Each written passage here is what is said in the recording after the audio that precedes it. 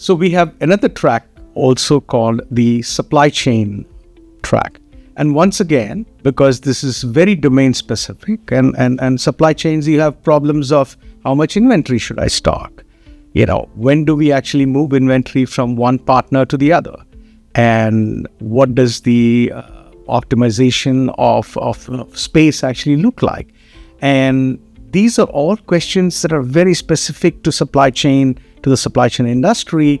And in addition, there are already a lot of theories about how these things really should operate.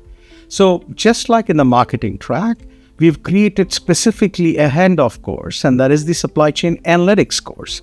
So the supply chain analytics course takes all the learnings that you have had in your traditional core courses and then combines that specifically to apply to supply chain problems and provides you with the background in the theories that are used within supply chain. Supply chain has very many interesting theories that we've learned and observed. For example, there is something called the bullwhip effect. And this basically tells you that how demand information flows from downstream in a supply chain all the way upstream in the supply chain.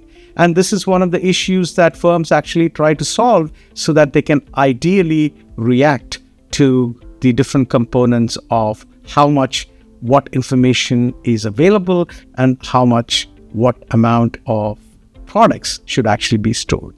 And these supply chains not only exist in the physical world, there is also inventory in the digital world. What is Netflix inventory? Well, the licenses that they have for the variety of shows. And they have to figure out what is the optimal number of licenses that I should actually store. So supply chain track is especially focused on addressing these problems. Now, this track not only consists, just like in the marketing track, not only consists of this main handoff course, but also opens you up to MBA courses. And these MBA courses, once again, as we talked about, are more focused on domain-specific information. They are not necessarily very technical or very quantitative like a data science course, but provides you with a further understanding of how does this industry actually work. So similar to the marketing analytics class, you learn the core AI, ML algorithms and so on in the fall semester.